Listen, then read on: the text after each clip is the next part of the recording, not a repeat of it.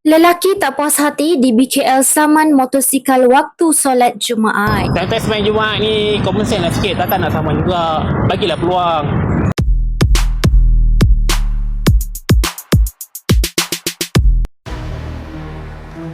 Seorang lelaki tidak berpuas hati selepas anggota di BKL bertindak memberikan saman kepada pemilik motosikal yang parkir berdekatan kawasan Masjid KLCC pada waktu solat Jumaat.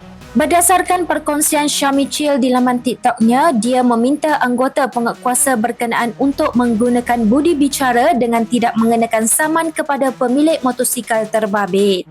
Bagaimanapun, anggota terbabit memberitahu kawasan tersebut bukannya tempat meletakkan kenderaan dan telah menerima aduan serta hanya menjalankan tugas.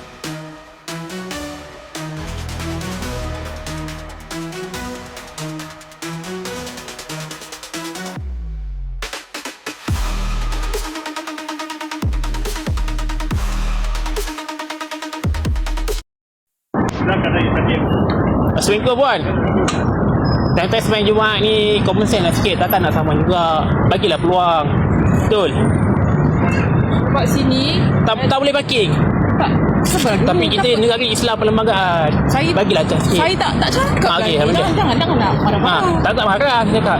Ini parking untuk GrabFood. Saya dapat aduan yang Grab tak parking. Tak boleh.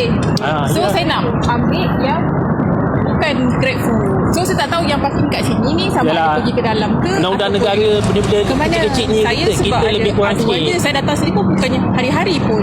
Saya pusing tadi belakang. Kita macam asyik. kalau kerja pun saya anggota juga kita boleh mula-mula. ya, Kalau macam ni ya. ada akan datang kita mula-mula sikit. Gaji kita 3,000 lebih je. Saya ambil Memanglah gambar, amanah.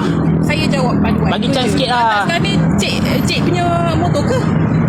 Saya ni sebagai bukan saya punya motor tapi saya atas ihsan saya bertanggungjawab. Saya pun anggota juga tapi saya bukan di BKL lah. Kita ada komersial. Kita ular sikit. Saya ni buat kerja, ambil gambar, aduan, so saya jawab. Tapi not je. good lah macam ni.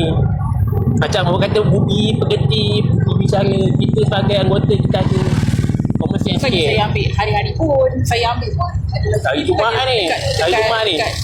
Bukan motor saya tapi kita antara dapat ihsan lah. Betul lah, kita pun di kerja pun kita ada culas juga. Benda lain kita boleh culas. Benda macam ni alah culas-culas sikit. Kita gaji 3,000 lebih lagi pun. Lepas tu nanti saya jawab kat situ atas cara je lah. Tak payah jawab wadik lah. Kita anggota. Kita ada pailang kita yang tersendiri. Apa saya ambil sini je lah.